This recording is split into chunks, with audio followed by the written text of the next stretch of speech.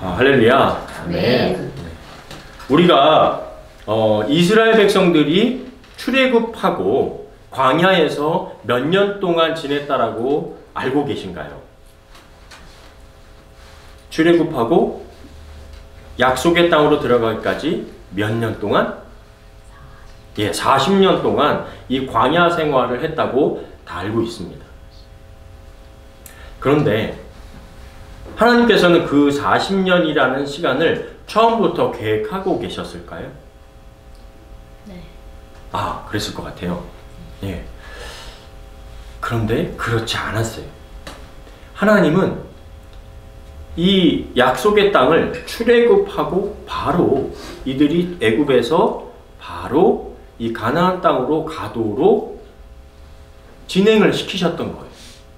중간에 잠깐 이 시내산에서 약속의 율법을 받았던, 모세가 율법을 받고 했던 그 기간들은 있었지만 40년 동안 광야를 뺑뺑 돌릴 생각은 아니었습니다. 만약에 이 이스라엘 백성들이 출애굽, 애굽에서 이 가나안 땅, 지금의 이스라엘 땅으로 가는 길은 뭐 한 달 혹은 3달이면 충분히 갈 만한 거리였어요. 어디서 이렇게 40년간 뺑뺑을 돌았을까? 그럴 필요가 없었다는 것이죠. 그 중요한 기점이 40년 동안 뺑뺑 도는 그 중요한 기점에 있는 말씀이 바로 오늘 저와 여러분이 읽었던 말씀의 내용입니다. 출애굽 후에 약 1년 2개월 동안 잠깐 그 시내산에서 멈춰서 거기서 하나님의 말씀을 듣고 또 지냈던 그 시간들까지 포함해서 출애굽 후 약 1년 2개월 만에 이 가데스 바네아라는, 이게 위에가 갈릴리 호수가 있고 밑에가 이 사해 바다인데 이 땅에 이제 도착을 한 겁니다. 적과 꿀이 흐르는 약속의 땅에 도착을 한 거예요. 가데스 바네아라는 지역에 그 밑에 지역에 도착을 한 겁니다. 지금 이 땅 안에는 가나안 족속들이 살고 있었어요. 여러 족속들이 막 살고 있었던 겁니다. 그래서 이 밑에 도착해서 이 땅을 갑자기 야 비켜, 하나님 우리 약속한 땅이니까 비켜 나가, 이렇게 할 수가 없지 않습니까? 전쟁을 치러야만 했습니다. 그래서 하나님께서는 왜 이 땅을 그러면은 전쟁을 통해서 이 땅에 있는 사람들을 몰아내라고 하셨느냐? 하나님이 보시기에는 이 땅에 살고 있는 사람들의 악이 가득 찼다. 하나님이 원치 않는 그런 막 인신 제사를 드리고 음란하고 패역하고 하여튼 안 좋은 일들을 했기 때문에 하나님 보시기에는 그 땅의 거민들을 이제 내쫓아라 라고 하셨던 거예요. 그래서 이 가데스 바네아라는 곳에 도착해서 어떻게 해요? 이제는 그 땅을 살펴봐야 되겠죠. 예. 그래서 각 지파, 이스라엘이 지금 몇 개의 지파로 되어 있죠? 12개의 지파로 되어 있습니다. 그 12개의 지파로 되어 있는 사람들 중에서 지휘관들, 대표자들, 전쟁에 나가서 지휘를 할 만한 그런 사람들 12명을 각 지파에서 뽑은 겁니다.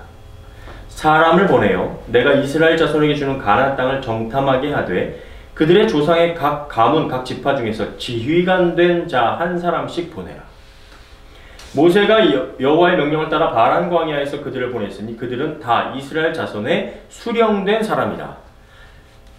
그러니까 이때에 각 지파에 전쟁에 나갈 지휘관들, 각 지파의 지휘관 된 사람들이 나온 거예요. 12명이. 거기에 여호수아와 갈렙도 있었던 것이죠. 그래서 그 12명이 이제 각 이스라엘 땅에 들어가서 정탐을 하게 되는데, 자, 어떤 것들을 정탐할 것인가? 모세는 정찰 대원들을 가나안 땅으로 보내면서 이렇게 지시하였다. 너희는 여기서 북쪽으로 올라가 가나안 남쪽 지방인 네겝으로 가서 산간지대로 들어가. 이동 경로죠. 어디로 가라. 두 번째, 그 땅의 지형을 살피고 거기에 살고 있는 사람들이 강한지 약한지 인구는 얼마가 되는지 주민들의 상태를 확인하고, 그들이 사는 땅이 좋은지 나쁜지, 그리고 그들이 어떤 도시에 살고 있으며 거기에 성벽이 있는지 없는지, 땅의 성격과 산간지형인지 평지인지 곡창지대인지 이런 걸 살피고 거주 형태와 어떤 식으로 그들이 살고 있는지, 그 다음에 그들의 군사력은 어떤지 이런 것들을 살펴보라는 거예요. 또 그 땅 토질이 비옥한지 메마른지 나무들은 있는지 없는지 알아보고 오너라. 그리고 잊지 말고 그 땅의 과일을 가져오너라. 그때는 포도가 익기 시작하는 계절이었다 라고 첨부가 되어 있죠. 어떤 땅인지, 토질이 어떠한지, 여기 농작물이 잘 자라고 있는 땅인지, 어떤 곡식과 과일이 잘 맺히는지, 그러면 그 맺혀있는 과실을 따고 와라. 봤더니 그때는 포도가 익고 있었던 때였다 라는 거예요. 농작물들을 확인해서 우리가 먹고 살만한 땅인지 그것까지 다 확인해 보라는 겁니다. 이렇게 12명의 정탐꾼들을 보내게 됩니다. 자, 이들이 땅 아래에서부터 위로 올라가서 헤브론, 베델 쭉 올라가서 갈릴리 호수까지 다 정탐을 하고 이 에스골 골짜기에 있던 포도, 주렁주렁 포도를 따가지고서는 40일 만에 정탐을 마치고 돌아오게 되는 겁니다.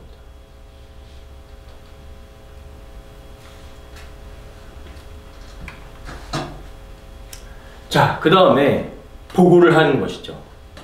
바란 광야 가데스에 이르러 모세와 아론과 이스라엘 자손의 온 회중에게 나와 그들에게 보고하고 그 땅의 과일을 보여줍니다. 이것이 바로 그 땅에서 났던 포도입니다. 그런데 우리가 생각하는 포도가 아니라 막 열매가 막 주먹만하게 주렁주렁 열린 거예요. 그러니까 막 다들 막 이야 정말 젖과 꿀이 흐르는 땅이네, 대단하네 하면서 놀란 겁니다. 자, 모세에게 말하 이르되 당신이 우리를 보낸 땅에 간즉 과연 그 땅에 젖과 꿀이 흐르는데 이것은 그 땅의 과일입니다 하고 짜잔 보여주니까 사람들이 막 호호 박수 막 놀란 겁니다. 자, 그런데 그렇게 보고하고 난 뒤에 뭐라고 말하냐, 그러나 그 땅 거주민은 강하고 그 성읍은 견고하고 힘이 클 뿐 아니라 거기서 아낙 자손을 보았으며, 이 아낙 자손이 뭔가 이 헤브론 아래쪽에 거주하고 있는 자손들이었는데, 예상하건대 이 아낙 자손은 바로 골리앗의 선조인 것이죠. 골리앗 자손들이 살고 있었던 곳이 바로 이 아낙 자손들이 살고 있는 땅이었습니다. 아니 갔더니 막 키가 2m 되고 막 덩치가 막 이만하고 근육에 무딱무딱 막 하는 그런 사람들이 거기서 막 땅을 결국 일구고 살고 있었던 거예요. 그랬더니 야 이건 보통 사람들이 아니다, 여기 사는 사람들 라고 보고 느낀 거죠. 와, 보통 큰 사람들이 아닌데 이 사람들하고 우리가 싸워야 되는 건가? 겁이 들었던 겁니다. 그리고 아말렉인은 남방 땅에 거주하고 헤딘과 여부스인과 아모리는 산주에 거주하고 가나안인은 해변과 요단가에 거주하더이다 하면서 살고 있었던 주민들, 이 아모리인은 산지에 살고 있구나, 가나안인은 해변에 살고 있구나, 이렇게 하면서 다 파악을 마치고 온 겁니다. 그런데 이들이 보고하면서 그들의 목소리 또 보고하는 내용들을 들으면서 두려움에 가득 찬 내용을 전하니까 같이 갔던 갈렙이라는 사람이 모세 앞에서 백성을 조용히 시킵니다. 소란스러워졌겠죠. 어머, 거인이래, 키가 크대, 등치가 막 어마어마하대. 그러니까 갈렙이 조용하게 시키고, 자 여러분들, 우리가 이제 곧 올라가서 그 땅을 취합시다. 능히 이길 수 있습니다. 그와 함께 올라갔던 사람들은 이르되 아니야. 우리 올라가면 집니다. 우리보다 강해요. 라고 보고를 하는 거예요. 그 다음부터 어떻게 하느냐, 이스라엘 자손 앞에서 그 정탐한 땅을 갑자기 악평하기 시작합니다. 분명히 지금 막 이만한 포도를 막 따갖고 왔는데, 땅이 좋다고 지금 보고했는데, 그 땅을 악평하면서 우리가 다닌 땅은 그 거주민을 삼킵니다. 갑자기 막 무당이 하는 뭐 이런 얘기를 하는 거죠. 아, 땅이 사람을 삼키더이다. 거기서 본 모든 백성은 신장이 장대한 자들이며 거기서 네피림 후손인 아낙 자손의 거인들을 보았나니 우리가 딱 보니까 우리는 거기에 비하니까 메뚜기 같아요. 그들이 우리를 볼 때도 메뚜기 같았을 겁니다. 상대가 안 돼요. 우리는 그냥 메뚜기라니까요. 그냥 잡으면 잡히고요. 밟히면 밟힙니다. 우리는 그 땅을 갈 수가 없는 겁니다. 하면서 벌벌 떨게 된 것이죠.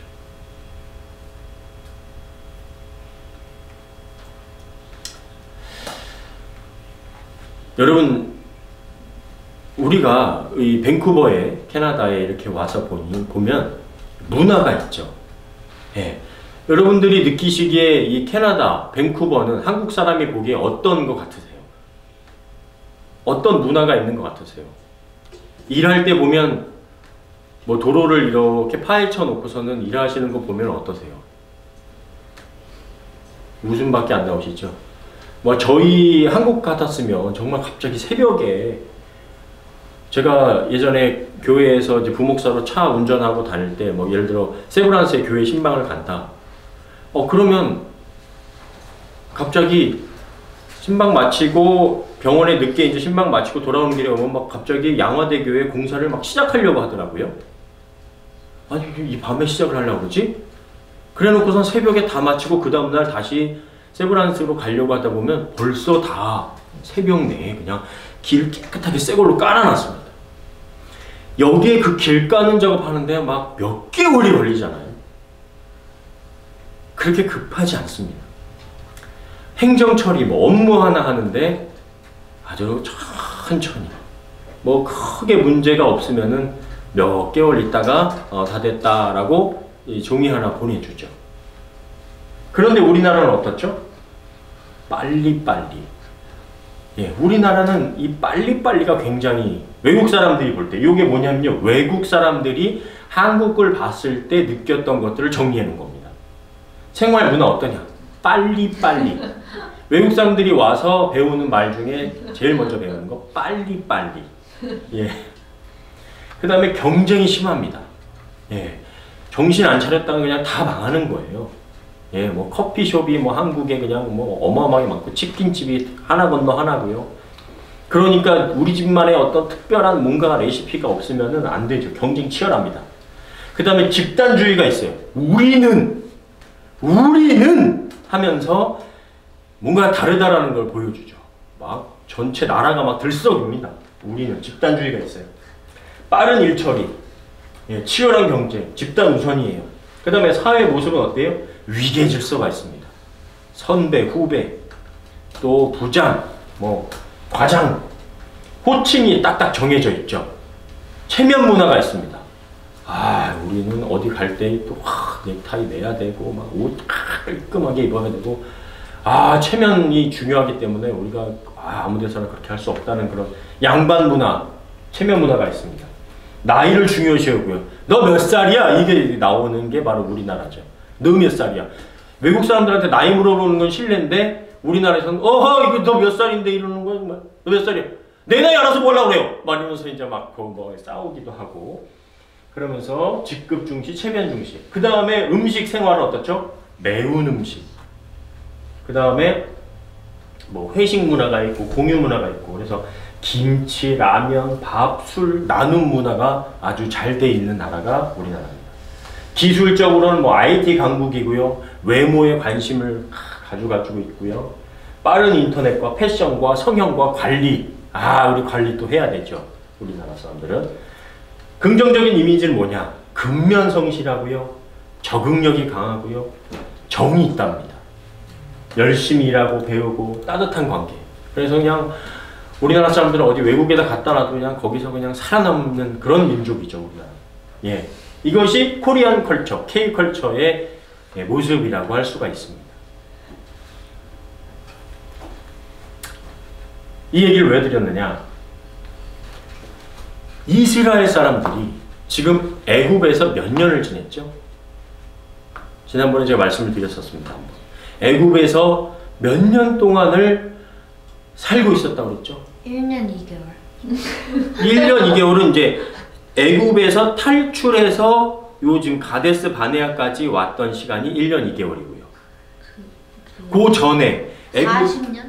그렇죠. 자, 비슷하게 나오고 있어요. 자, 40년인데 제가 그때 좀 많이 오래 있었다고 해서 100년도 지났고 200년도 지났고 420년. 420년 다 왔다. 다 왔습니다. 네? 425년에서 조금 더 한 그렇죠. 430년.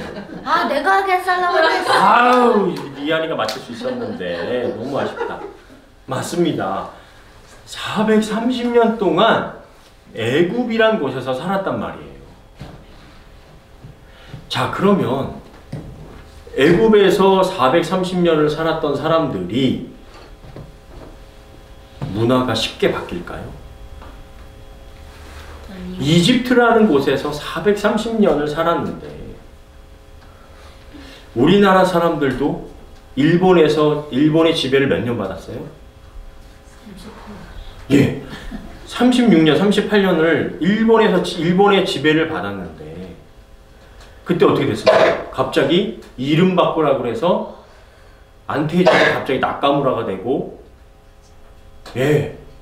창씨 개명을 해가지고 이름을 바꾸게 됩니다.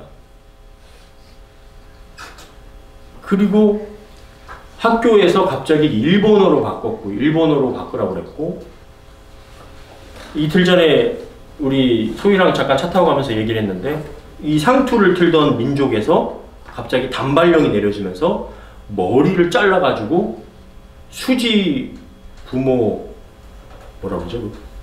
하여튼 부모가 물려준 나의 모든 신체를 훼손하면 안 된다고 그랬는데 그 일본 사람들이 와가지고 여기를 지배한다고 머리를 싹둑 자르는 바람에 양반들이 막 나의 부모의 어떤 이런 것들을 이렇게 했다 그러면서 막 죽기도 하고 난리가 났었습니다.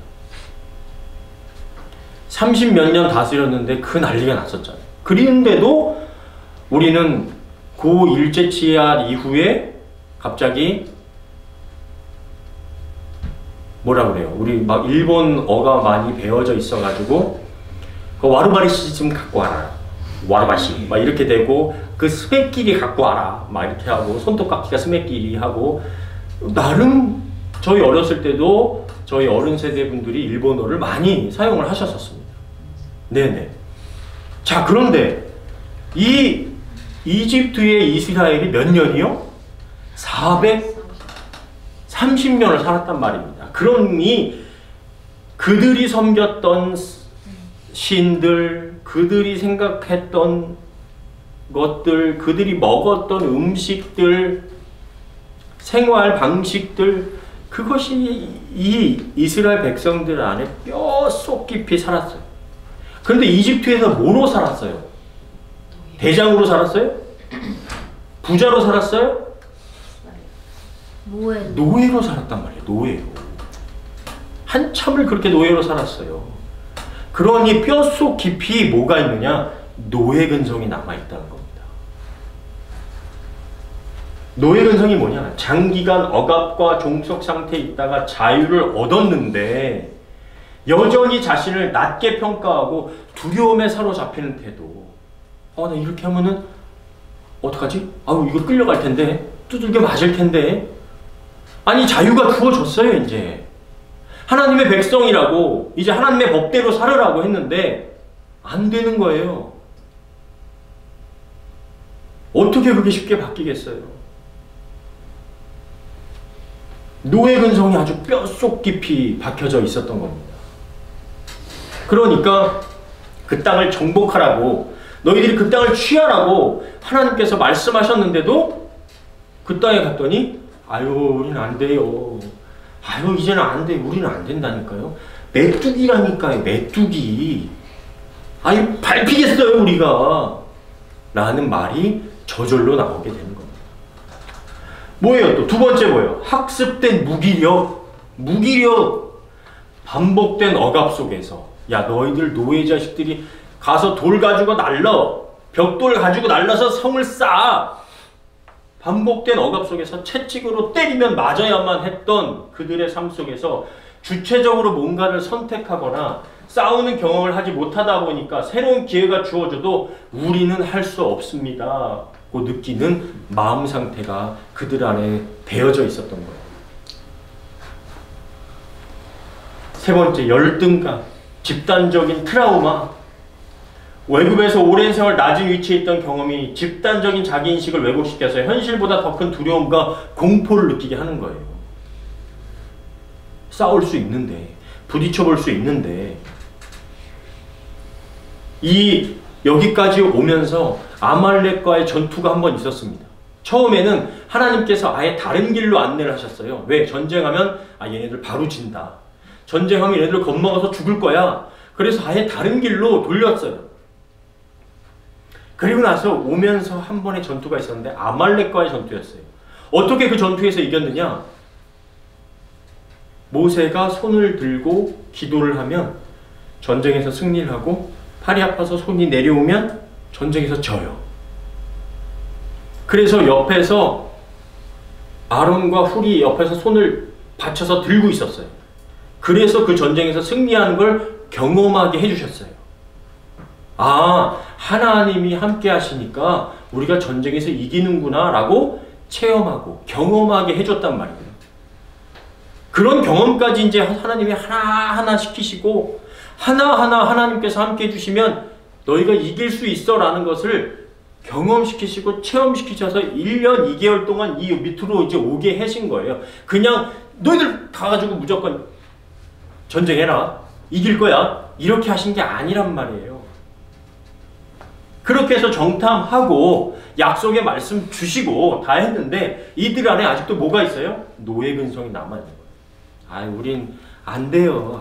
우린 노예인데. 우리 오랫동안 그렇게 살았는데 무슨 전쟁을 해요. 우리는 메뚜기 같다니까요.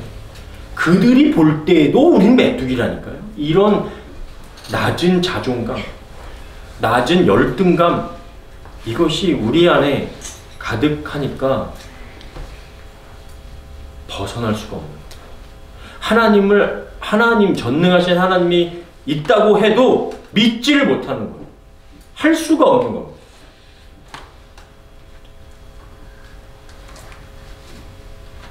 그럼 이런 두려움과 오래된 노예 근성이 앞설 때 우리가 무엇을 붙잡아야 되는가? 우리가 무엇을 붙잡아야 되는가?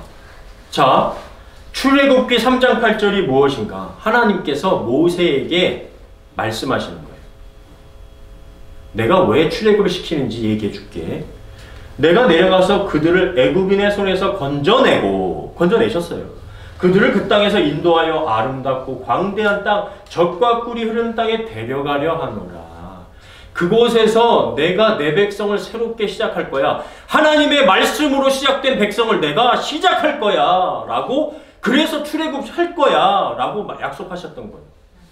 시작 자체가 하나님의 약속으로 시작된 거예요.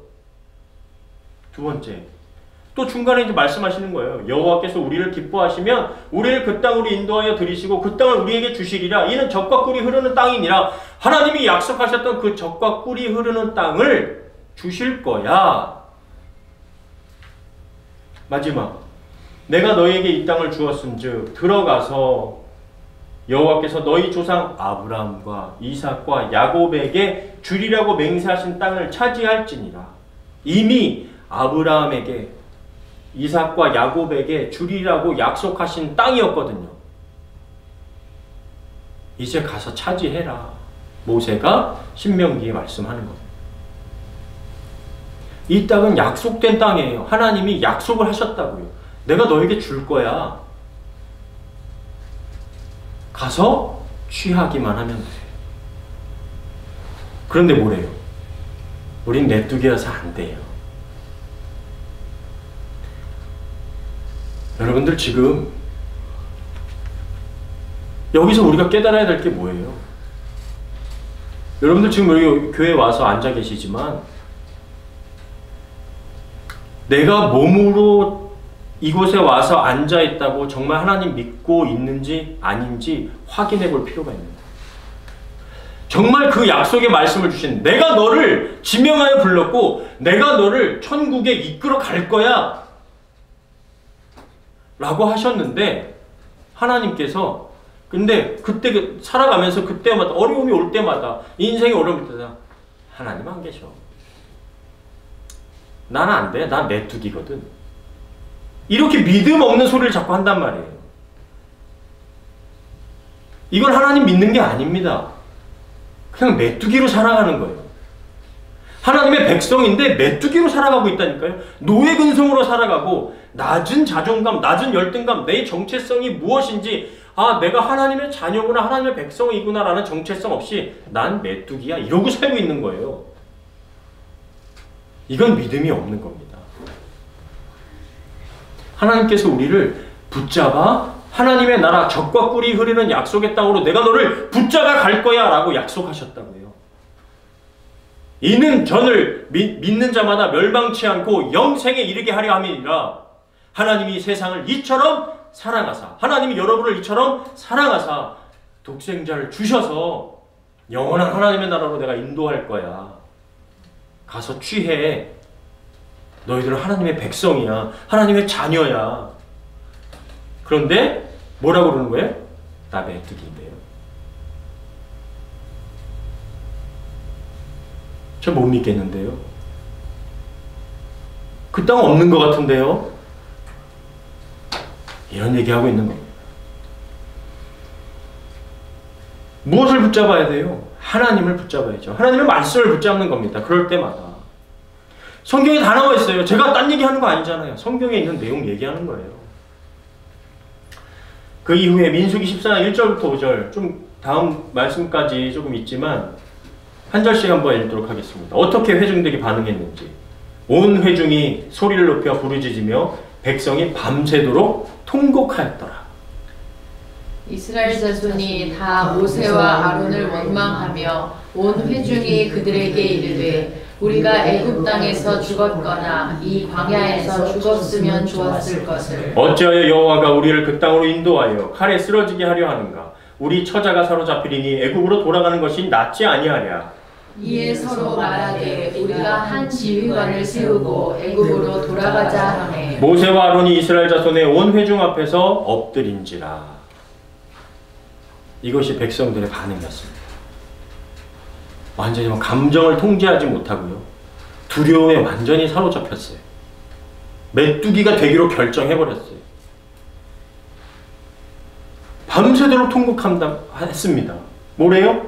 모세와 아론을 원망해요. 지금 1년 2개월 동안 그렇게 함께했고 지도자로서 살아왔고 하나님이 놀라운 기적과 놀라운 이적으로 함께 하시는 걸 보고 만나와 메추라기가 아직 끝나지도 않았고 계속해서 먹여주고 입혀주시고 있는데도 백성들이 통제가 안 돼요. 이제 애굽 땅에서 죽을 걸, 이 광야에서 죽을 걸, 우리 처자 다 사로잡혀서 죽을 거야.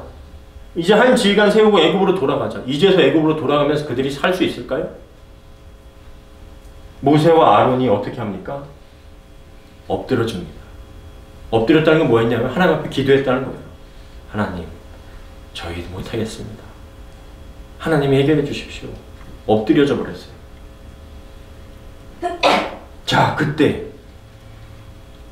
누구만 이 얘기를 할 수 있을까요? 그 땅을 본 사람만 할 수 있는 거예요. 그때 땅을 탐지하러 갔던 누구요? 눈의 아들 여호수아와 여분네의 아들 갈렙이. 여호수아와 갈렙, 이 두 사람은 12명의 정탐꾼 중에 한 사람들이었어요. 이 두 사람이 얘기합니다. 모든 백성에게 말하였다. 여러분, 우리가 탐지한 땅은 아주 좋은 땅이에요. 여호와께서, 하나님이 우리를 좋게 여기신다면 우리를 그곳으로 인도하여 기름지고 비옥한 그 땅을 우리에게 주실 것입니다. 믿음의 고백이죠. 하나님이 약속하셨던 그 말씀에 대한 반응입니다. 믿음으로 반응하는 거예요. 여러분, 여호와를 거역하지 마십시오. 여기서 거역하지 마십시오라는 저 거역은요, 무시하지 마십시오라고 번역됩니다. 똑같아요. 여러분, 하나님 무시하지 마십시오. 여러분, 하나님 없는 것처럼 지금 반응하지 마십시오. 그 땅 사람들은 우리 밤에 지나지 않습니다. 우린 메뚜기가 아니라 그들이 우리의 밥이라니까요. 그들을 조금 더 두려워하지 마십시오. 그들의 보호자는 떠났고 여호와께서는 우리와 함께 계십니다. 그러니 조금 더 두려워하지 마십시오. 그들이 섬기는 신은 가짜입니다. 우리가 섬기는 여호와 하나님이 진짜예요. 그러니 두려워하지 마십시오.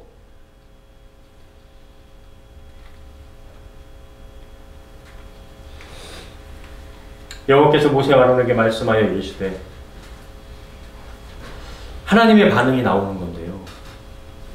나를 원망하는 이 악한 회중에게 내가 어느 때까지 참으랴. 이스라엘 자손이 나를 향하여 원망하는 바 그 원망하는 말을 내가 들었노라. 그들에게 이르기를 여호와의 말씀에 내 삶을 두고 맹세하노라. 너희 말이 내 귀에 들린 대로 내가 너희에게 행하리니 너희 시체가 이 광야에 엎드러질 것이라. 너희 중에서 20세 이상으로서 계수된 자 곧 나를 원망한 자 전부가 여분네 아들 갈렙과 눈의 아들 여호수아 외에는 내가 맹세하여 너희에게 살게 하리라 한 땅에 결단코 들어가지 못하리라.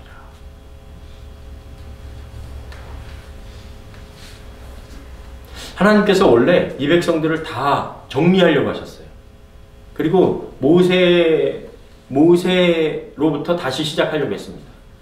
근데 모세가 중보기도를 해요. 하나님 앞에. 하나님, 아니 지금까지 인도해 주셨고 하나님 함께 해주셔서 지금 이 주변에 있는 백성들이 여호와 하나님에 대해서 듣기 시작했는데 여기서 이 백성들 광야에서 싹 다 죽였다고 그러면 하나님의 이름이 모욕당하는 것이니 그렇게 하지 마십시오. 그러면서 하나님이 참으시는 거, 참았다가 나 이제 더 이상 못 참겠는데 너 기도 듣고 내가 이렇게 하겠다. 너희 말이 내 귀에 들린 대로 할 건데 어떻게 하느냐?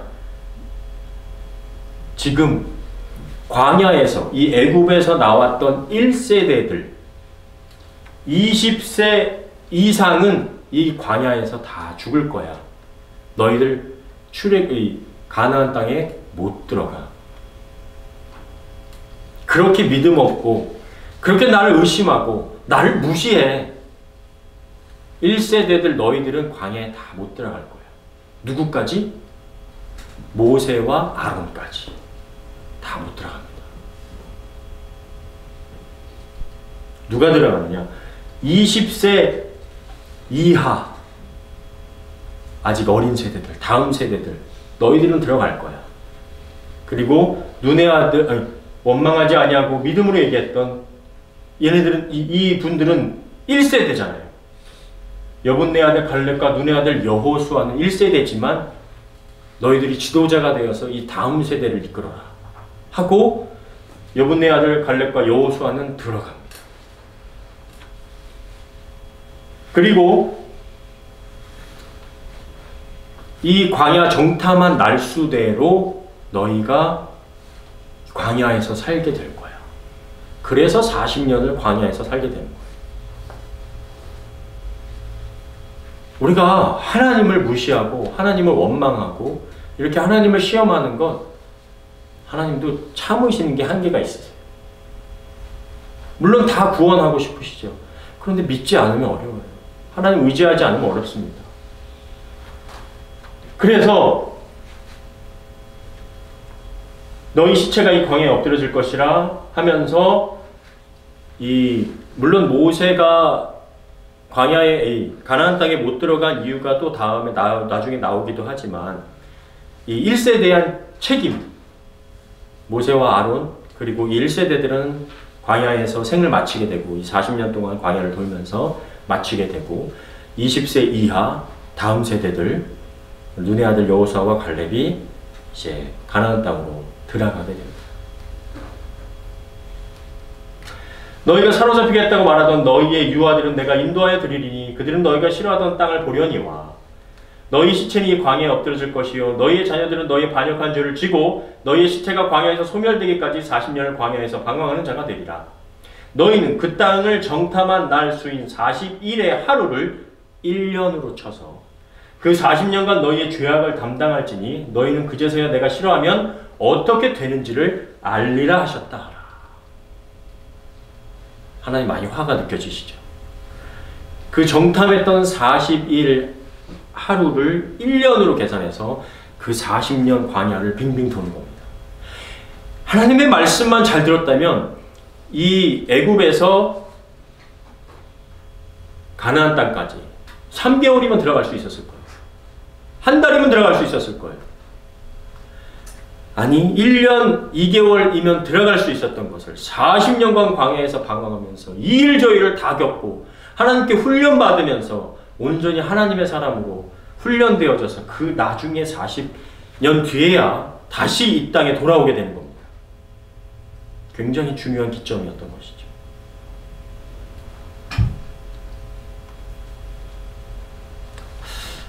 우리가 믿음 생활하고 있지만 여러분들 순간순간 우리가 하나님 앞에서 우리의 믿음으로 반응해야 될 때가 있는 것 같습니다.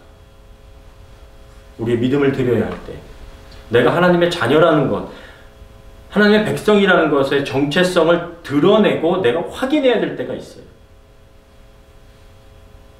때때로 어려움이 오고 두려움이 올 때 내가 메뚜기 같을 때가 있습니다. 왜 없겠어요? 앞에서 저도 이렇게 얘기하지만 막 흔들리고 땅끝까지, 땅바닥 지하까지 떨어질 때도 많습니다.